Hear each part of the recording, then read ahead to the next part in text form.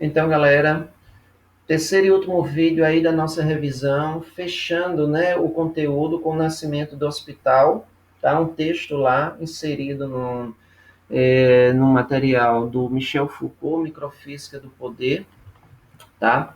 E aí ele traz uma gênese, né, uma construção, tá? Da criação da instituição hospitalar ao longo de 3 séculos, tá? Século XVI, século XVII, século XVIII. Então, acho que o primeiro elemento a se destacar é que até o século XVII, a instituição hospitalar, ela atendia essencialmente aos pobres. O que o Foucault traz, né, diante de suas pesquisas? Ele traz que a principal função do hospital não era necessariamente curar.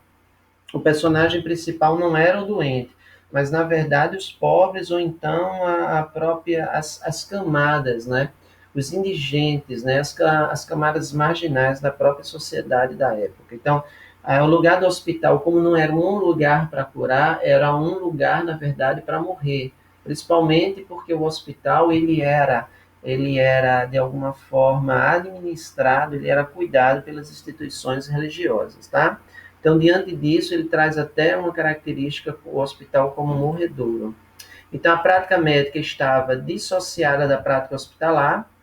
E ele traz também que as primeiras mudanças em relação ao processo e à instituição, né, de uma certa prática médica era justamente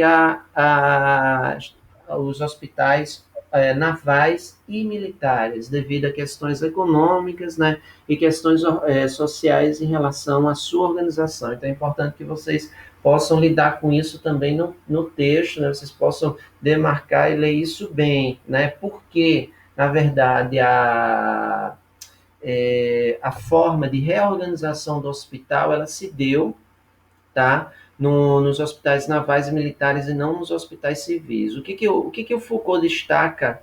O Foucault destaca aqui é que há uma dissociação por completo, tá? Das práticas que são hospitalares e das práticas que são médicas. Então, isso, de alguma forma, desloca um pouco a nossa construção de que o hospital ele já nasce com a prática médica. Pelo contrário, né? A prática médica existia, mas em outro ambiente, de uma outra forma, ou seja, de um outro modus operandi. Então, são elementos importantes na hora que vocês forem ler com mais calma o texto, né, de Foucault, vocês podem dar uma maior atenção em relação a isso, tá?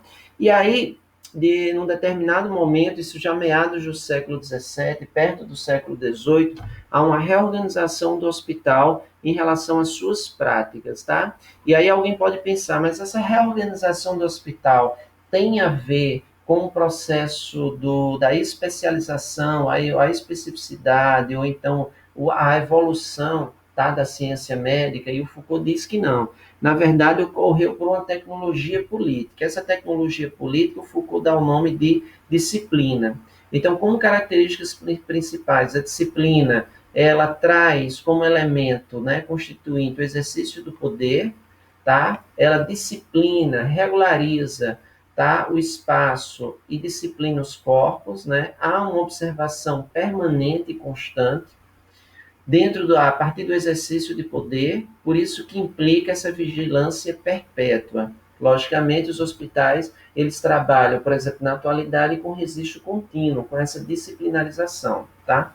E aí, essa tecnologia política fez com que o hospital ele se reorganizasse. Ele se organizasse e tivesse também um deslocamento da figura hegemônica, que eram os religiosos até meados do século XVII, passando agora com essa disciplinarização, passando para a figura médica e se instituindo até os nossos dias, tá? E aí, diante disso, a gente tem um conceito que é extremamente importante, inclusive para os dias de hoje, mas que tinha outra configuração e outra formatação nos séculos do surgimento da instituição hospitalar. Então, a gente tem a clínica, tá? Como organização do hospital, é um lugar de formação e transmissão de saber.